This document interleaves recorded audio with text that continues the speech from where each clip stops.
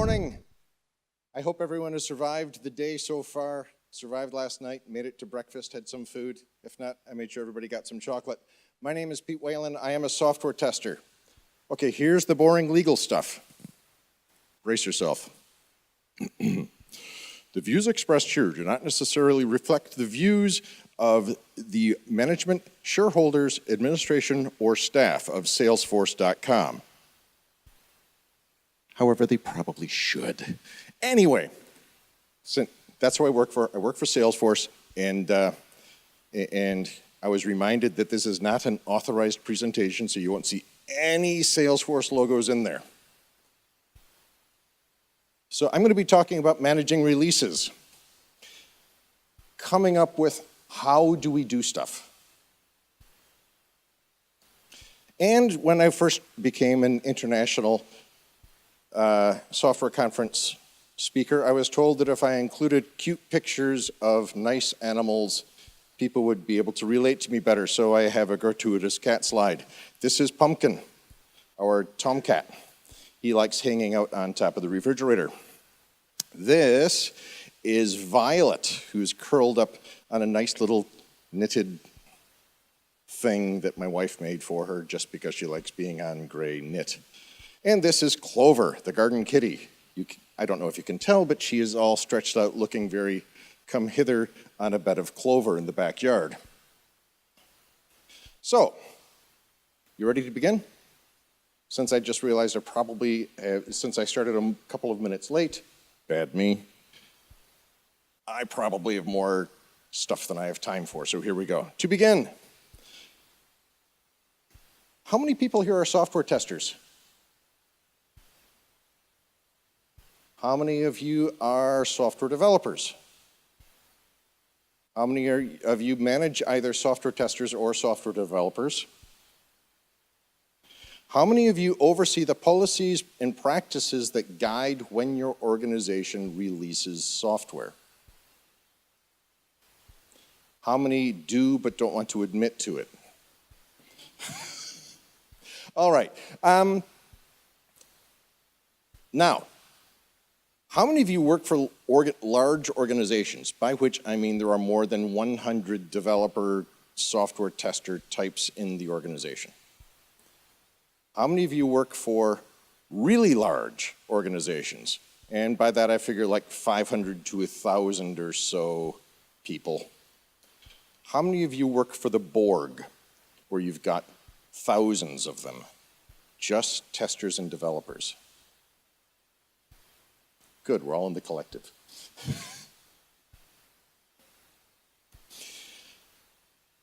Most organizations, not all, but most organizations have got policies and procedures in place that say, this is how we guide things. We're going to make decisions based on this. If your organization doesn't do something like what's up on the screen, if you just if you're in a continuous delivery thing, this probably is not going to be of much value to you, so go find a session that will be of greater value. Really.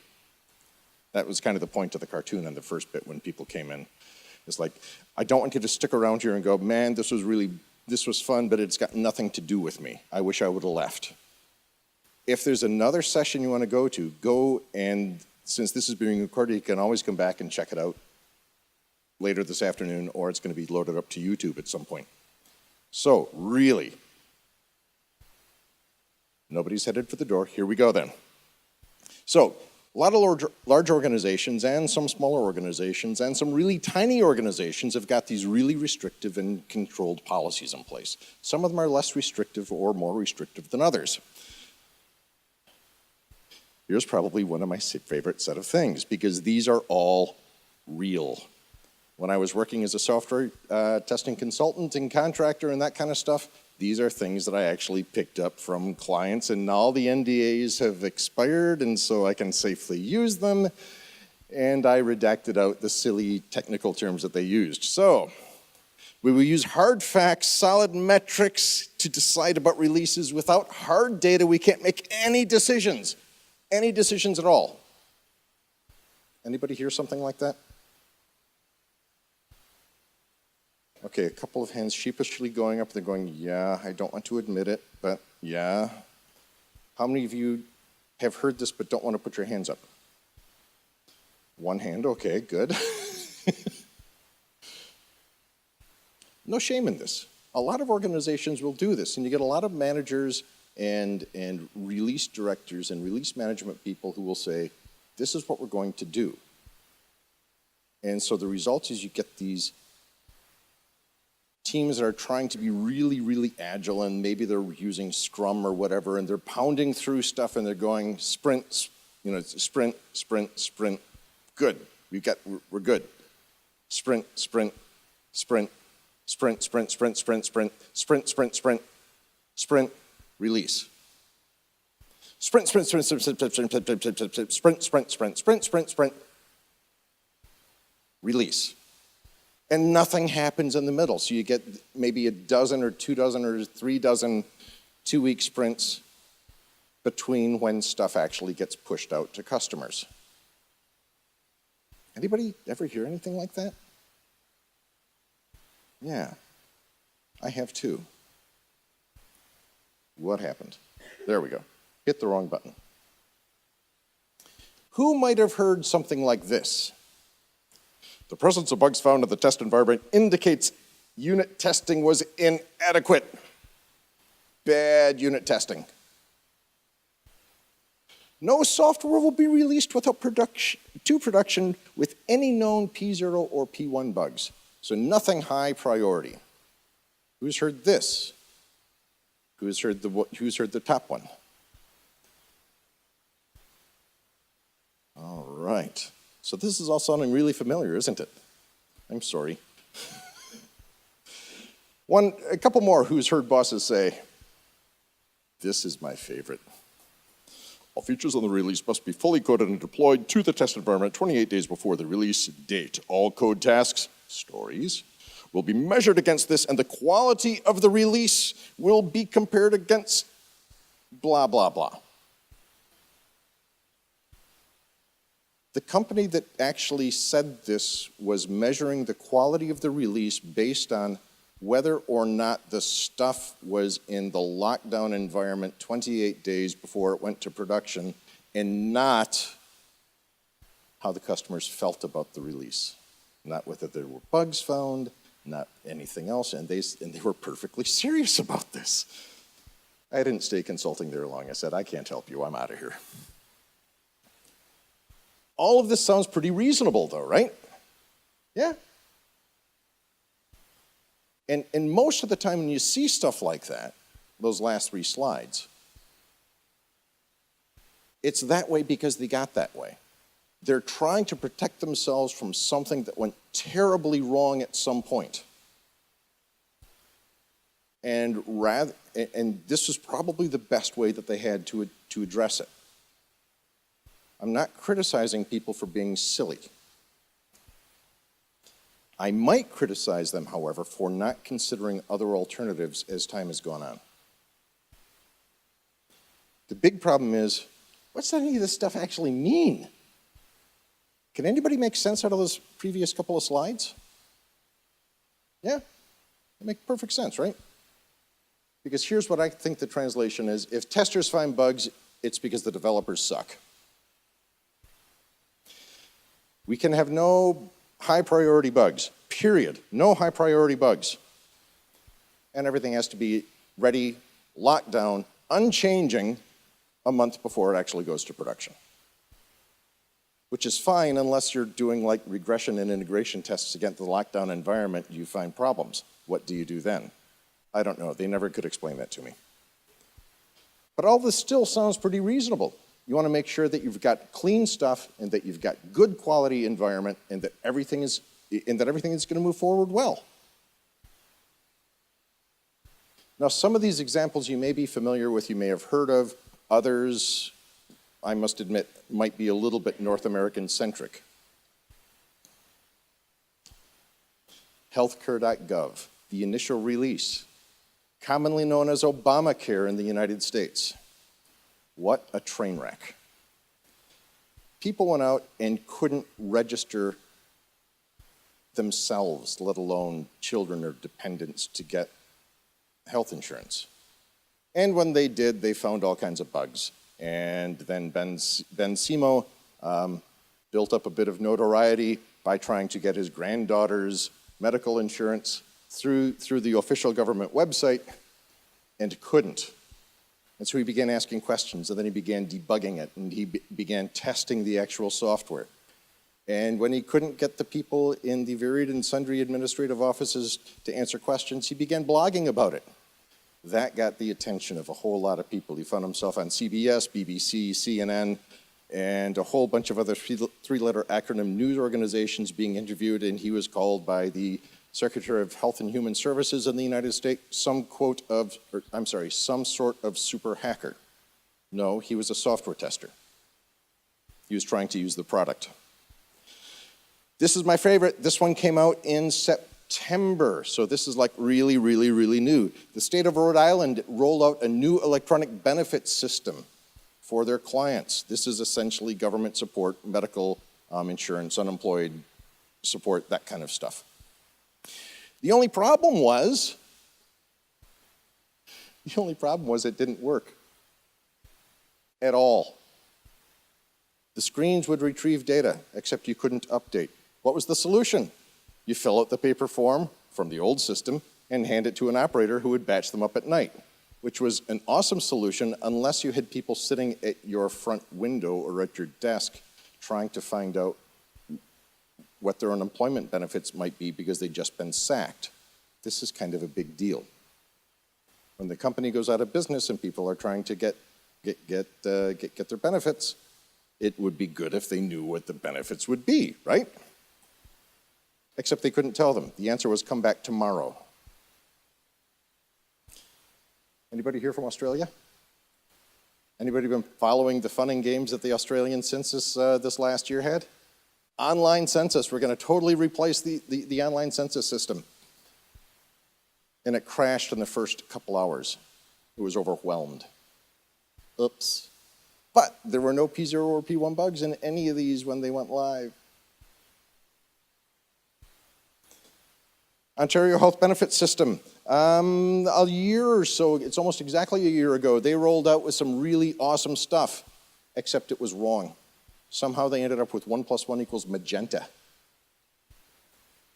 Yeah, stuff just didn't work.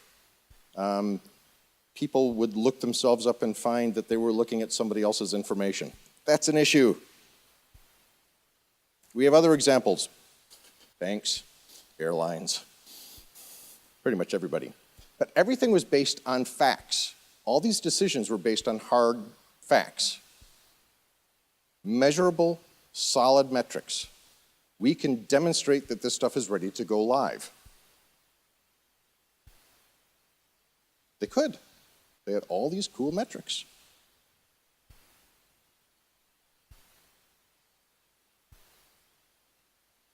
My question, my concern is what is actually learned from these? Anybody? The most common release metrics that anybody has. At this point, it doesn't matter what they are. If you've got a fact-based, numeric-based system, what is that telling you? Everybody's afraid that I might say, aha! I'm not going to say, aha, but I may just ask another question.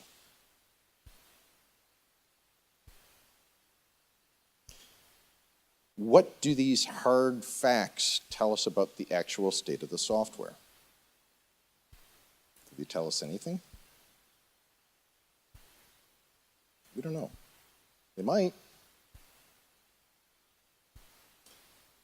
What I think they actually do is they tell us a great deal about the state of our management processes. How do we actually handle stuff? That's actually kind of what I think it's telling us. But it's still facts. Does the stuff that I've been going through, does any of that make sense to you? Yep. So perfectly logical? There isn't a right or wrong answer to this. Does any of it seem logical? So far? So everything's good, right? Then why are you here? Let's think about this. If testers find bugs, it's the fault of the developers. No P0 or P1 bugs are allowed. Everything has to be in release management well in advance, right? That all makes sense, right?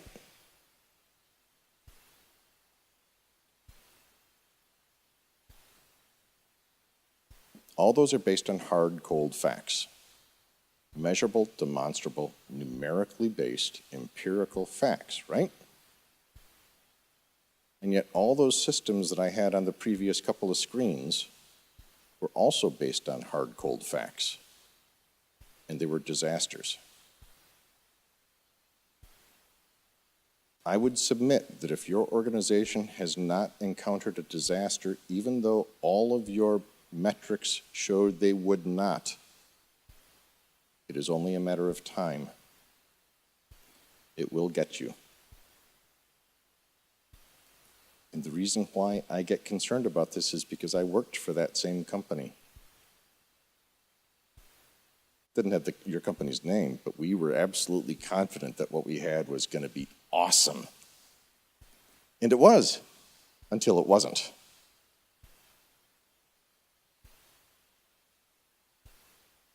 Stuff just doesn't quite feel right to me.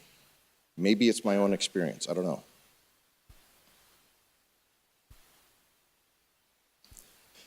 What has been demonstrated to me is that emotions have got a much stronger impact in making decisions than facts. Can anybody think of recent examples, like in the last month, of emotions having a stronger impact than fact?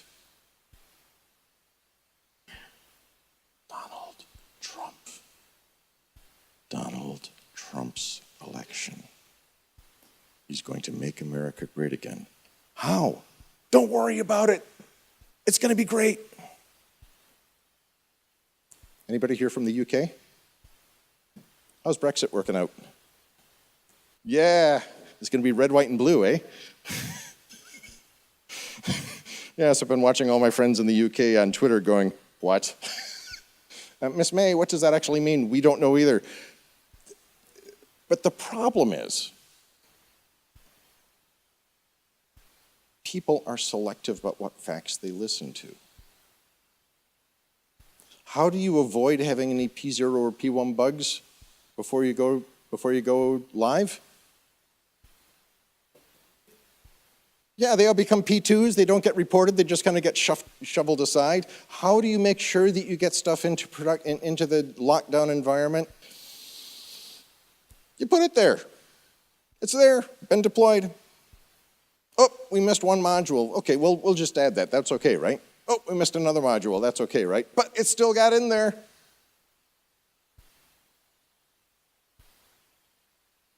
So I would suggest something. And this actually came to me as I was driving across the state of Michigan one time listening to the radio. Let's talk about it. Talk to each other. Talk to the teams. How many people are working in some form of Scrum-like team? So you do like the whole daily stand-up thing? How many are using some other form of Agile? Okay. How many of you do stuff and you don't really have a name for it, but it works for you? Yeah, okay. Whose hand hasn't gone up yet?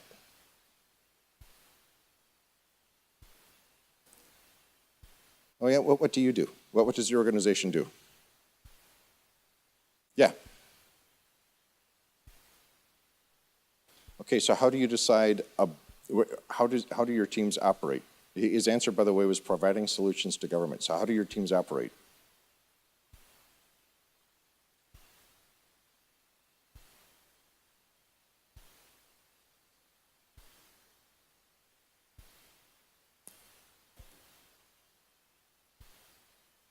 Okay, so it's one of the many flavors of Agile where you don't really have a good name for it then, right? You just kind of do it. You do what makes sense right then, right? Okay. So I think we're all generally in about the same spot. So when you get together and talk on a regular basis, what happens? Or do you go in and say, okay, the stand-up, I'm going to hit the 3 points. What did I work on? What am I working on today? What are my impediments or blockers, right? That's all you're going to talk about? Or do you kind of, I'm sorry? Yeah, share ideas. Do you guys do that now? Your group? All the time, yeah. So it's like, hey, I've got a question. Has anybody seen this? How do we do that? Good. Pretty much everybody else does that, right? Not always? Well, yeah, but this can be outside the stand-up. You can do an impromptu and say, hey, guys, can we get together for just 2 minutes? I got a question. Yeah? I'm getting told I'm running out of time. I'm having too much fun. So if your teams talk to each other and you talk about stuff, do your teams control the release management process? Or does somebody else control that? If your teams are the ones who are saying, we're going to put in this story, this is going live, this story is going live, and you can control when it's going in, awesome. Many organizations don't have that luxury. It sounds strange, but that's the way it is. So my suggestion is to talk about it. Not quite a retro. I'm blowing through slides quickly. If the individuals in each team talk with each other about what they're working on, about how they're feeling as they're getting closer and closer to the end of the sprint. What if you were to take people from each group, each team, each scrum, whatever you call them, and talk to other people from other groups, other teams? How's your stuff going for this release? What do you think about it? Are you all going into the same test environment? If so, have you tried any informal integration testing? How do you guys really feel about this? I'm sorry? Did somebody, I thought there was a question. Maybe I'm just hearing things. Voices in my head. What if we managed to get everybody who's got a stake in any of the releases together and have them talk? Maybe formally, maybe informally.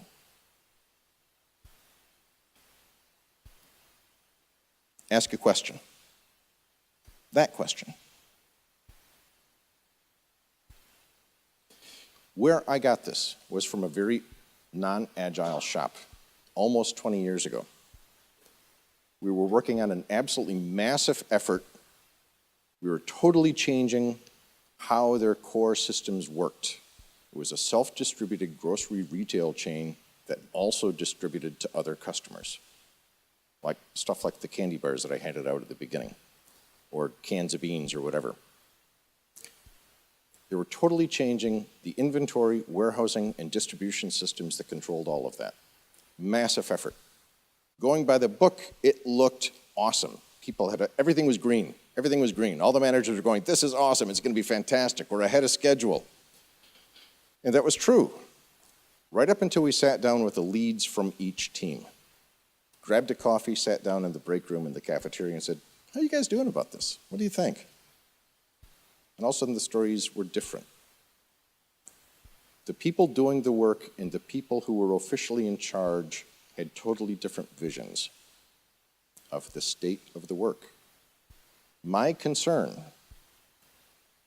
then, as the newly minted QA lead at that organization, was, uh-oh, this doesn't look good. And the first version wasn't, it was terrible. Went in and it was a crash and burn. Oh, quick, pull it out. Okay, good. Whew. What did we do? We talked about it. How do we really feel this time? And then we got the leads together. The development leads from each group. The product owners from each group, because each product owner had a different responsibility area. We had a guy with warehousing, a guy with distribution, a guy with retail contacts. and on and on and on. Each person had their own perception about what was most important, and none of them had talked to each other. If you're confident that your product owners are talking to each other and share the same overarching vision, you might want to check that. Ask them. Have a coffee, have a tea. Ask them. Talk about what's going on, get together and discuss it. Really. And take off the jackets, no rank. How's that actually going? What do you think?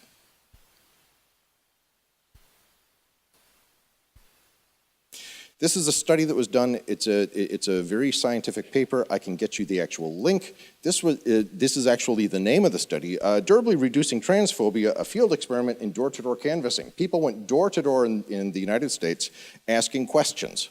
It was published in the journal Science. They went to door asking questions, essentially saying, what do you think about blah?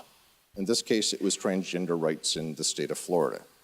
And everybody went, oh, I'm opposed to this. And then the people taking the survey struck up a conversation, and they talked with them. And they said, well, you know, I've got a brother, or I've got a sister, or this guy down the street from me is going through this, and they tell the story about that. And they're connecting with emotions. This is what the impact is. And they said, I'm sorry, I'm taking too long. Let's just finish the survey. And they go back and ask a couple more blind questions that had absolutely nothing to do with what the questions really were. And then they went back and asked the initial question. And the answer was different. I mean, statistically significantly different. And they said, well, okay, so there's a strong possibility that this was just because they wanted to give the right answer. So they went back a couple months later and gave the same survey to the same people, door to door. Different people asking the questions. The vast majority of the time where the answers had changed in the first place, they stayed changed. Facts weren't telling people any.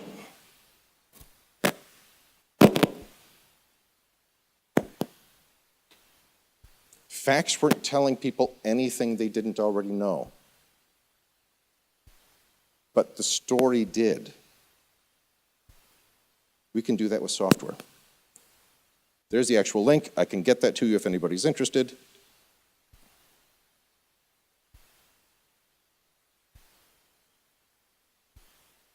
There. That's the one. That's the key one. Now, if stories about really, really personal subjects are important, and the cold documented proof, the hard facts, the non-emotional facts don't change people's minds. Foreigners are bad. I know, I trust, believe me, they're bad. Even though there's no evidence for that. Yeah, there's a couple of people that are bad, but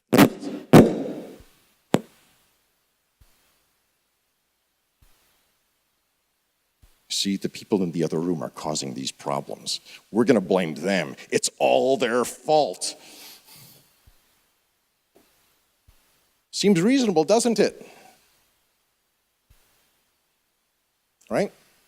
There any support for that? There any facts? There any evidence? Or am I just leaping to a conclusion?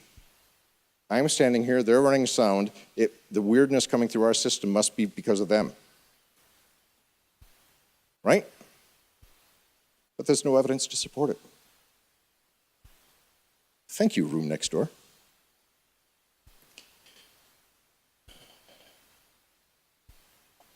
This is one of my favorites. I'm almost done, I promise.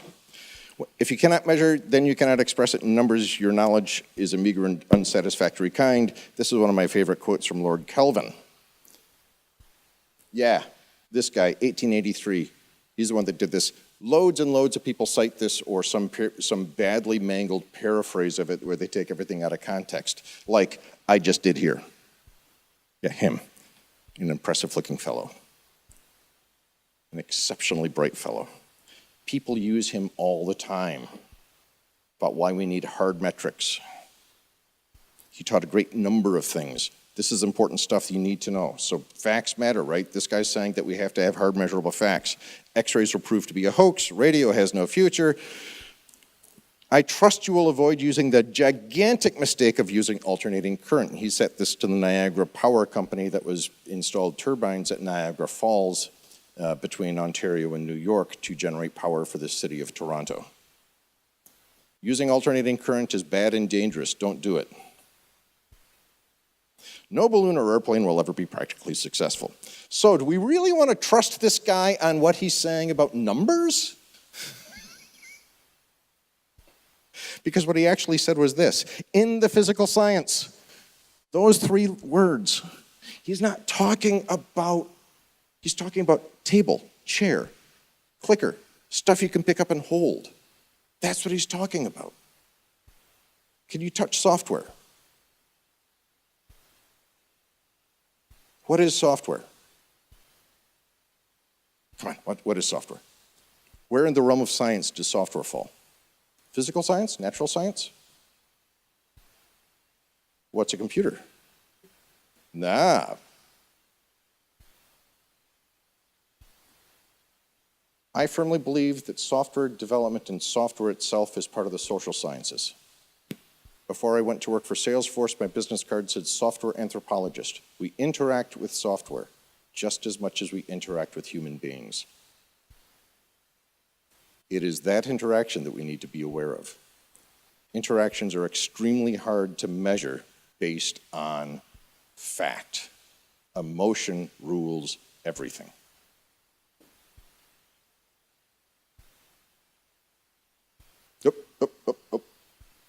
There. My main point is that we can have solid conversation with each other, just like I did at the grocery chain. We sat down, talked through what we saw, what problems we had, what experiences we had. Does this make sense? Is this right? Managers are going, this is going to be awesome. The developers are going, hold on, we've got this problem, this problem, this problem, this problem. And then the developers from each different team began talking. They're going, wait a minute, we're having a problem with this. Wait, you're sending data like this? Why are you sending that? That's wrong. We're expecting it like this. But they all had their own documents, they all had their own requirements, and they had all written to them. Nobody talked. So talk, have a coffee. Okay, so thanks so much for showing. I know I blew through a whole lot of stuff and I cut out some of my most fun stuff.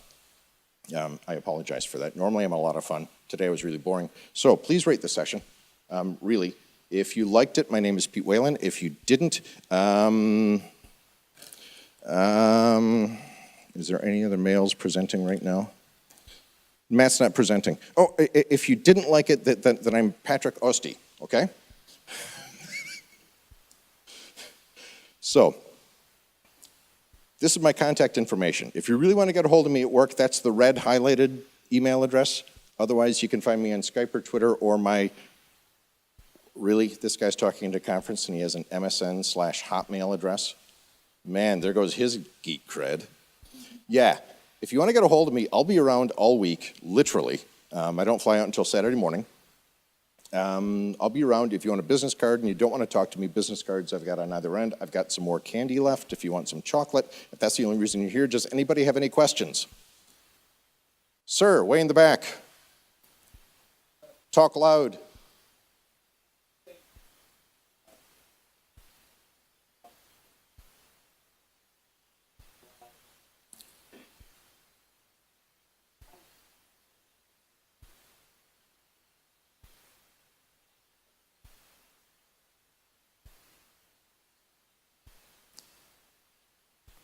Okay.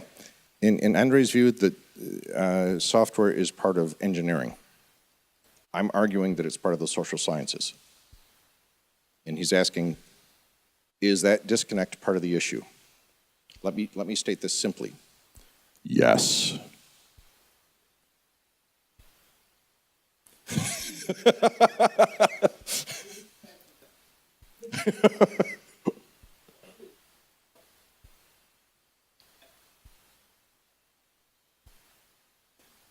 Well, how do we see we can bridge that gap? Tell you what, as soon as the session is done, let's go grab a coffee and we can talk about it.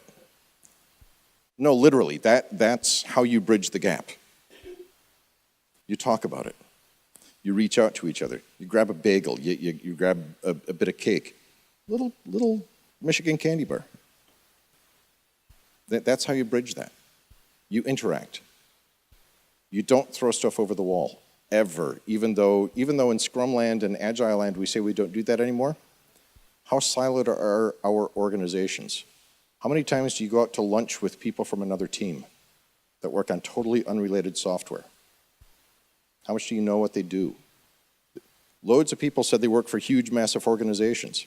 Can you name 5 people that you don't work with immediately, like in your building or in your department?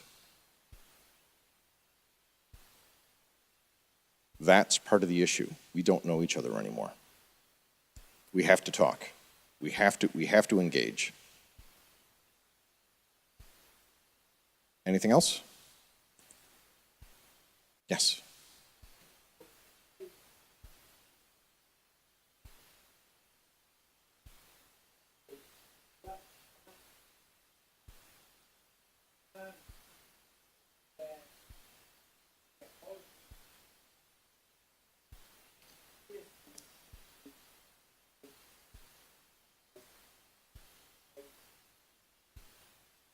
Yeah, that is a risk. That's where you get into the whole analysis by paralysis, and everybody is just arguing in circles, like I'm about to have the conversation with the gentleman about engineering. We're going to go and be arguing in circles pretty soon, until somebody says, "Wait a minute, what really is the difference? What's really the problem?" And sometimes it just takes somebody saying, "Stop. Do we go or don't? What's the risk?" That's really what it's going to boil down to. What harm are we going to do?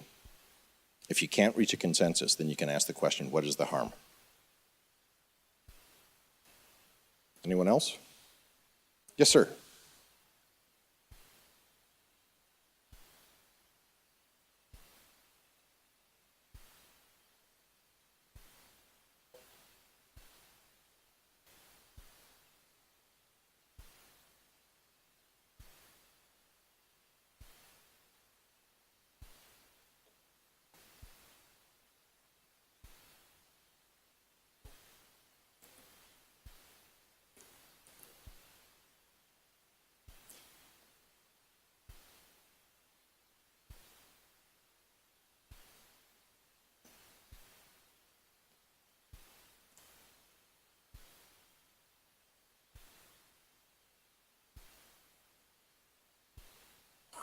Oh, stop with that thought right there.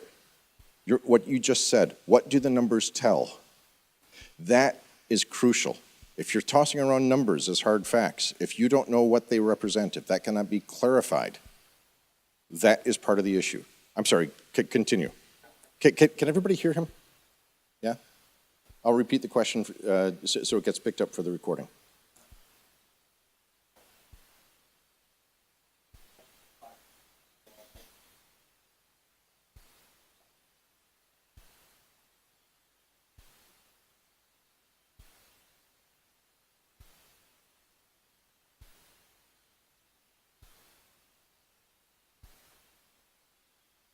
Yes, and then I do what I've done multiple times in the past, and I buy them a copy of Jerry Weinberg's book, Perfect Software and Other Illusions About Software Testing.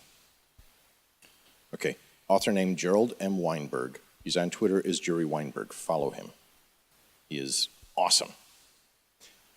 Okay, I'm going to restate briefly and yell if I get it wrong. If you've got a large team distributed over many locations, not just cities, but continents, how do you get them to talk together? It's really hard to get people to fly together. What kind of email system do you use? What kind of email system does your team use? Outlook Express? Exchange, okay. There's a couple of cool things, and this may take people getting in, either staying late or getting in early at times. Skype, Hangouts, GoToMeeting.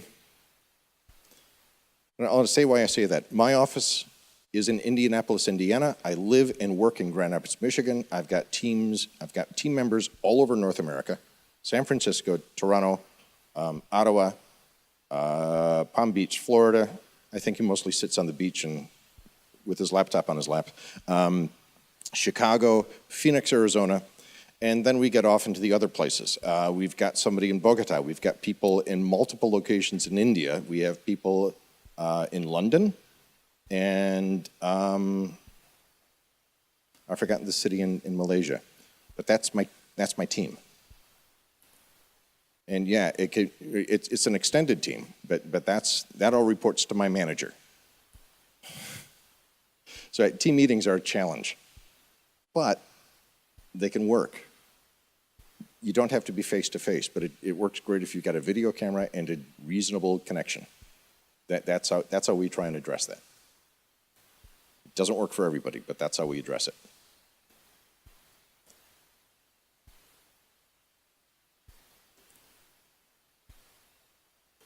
True. Right, but you can do the same thing with an instant message, like with a Skype message. Hey, you got a minute? That's the electronic version of walking up and tapping somebody on the shoulder. How far over time am I? Yeah, and how far over time? Any idea? 5 minutes? Okay, I'm sorry, I'm 5 minutes late. If anybody else has any questions, I don't want to cut anybody off. I'll be outside for a while. Find me, I'm the guy that's dressed like this.